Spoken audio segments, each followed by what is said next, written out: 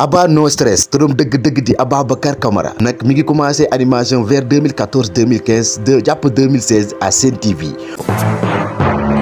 moom Abba nekkoon xale bu ndaw daal di ñëw Sen TV doon fa door benn émission bu naan yendu leen nag nekkoon benn émission bu amoon audience lool Sénégal yëpp di ko xaar Abba la woon yaa Awa Dieye ak Pendo Guissé alliance Yaama Abba Sénégal njaay gépp ràññeekoon à travers émission boobu noonu ndaanaan bu ne jaaroon na fa moom Abba mujj gi muy def seen xéewal di fa def ay yeneen émission yi nga xam ne Sen TV yu amoon su lépp Abba si doon participer mais à la fin ci la demee nag fi nga xam ne moom mooy 2STV waaw baa xam ngeen ni 11-13 Abba ko njëkk a def boobu bi ngi tudd 12-13 Abba moo ko njëkk a def à la 2STV moom Abba ba mu demee 2STV daana fa def ay émission yu bëri lu ci mel ni Abba Show bii ngeen di dégg ak weekendu koor ak yeneen plateau yu bëri Abba moo ko fa doon def ak Star en ligne finalement ci la jógee 2STV daal di atterrir fi nga xam ne mooy télévision Futurs Médias bi mu demee télévision Futurs Médias coow lu bëri woon na lool ndax dafa fekkoon DJ Boubs bi ngi quitté TFM pour créer son propre trait di ITV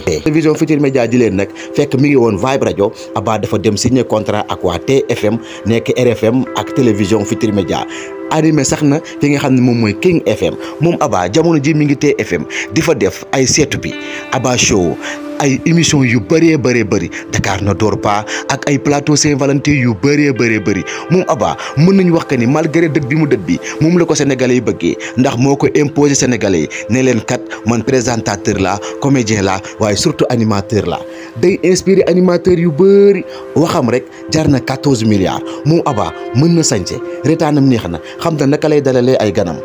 télé bu mu dem dina fexe rek ba am fa audience malgré animateurs yu fa nekk moom Abba ki muy roy di DJ Boubs ak Pape Cheikh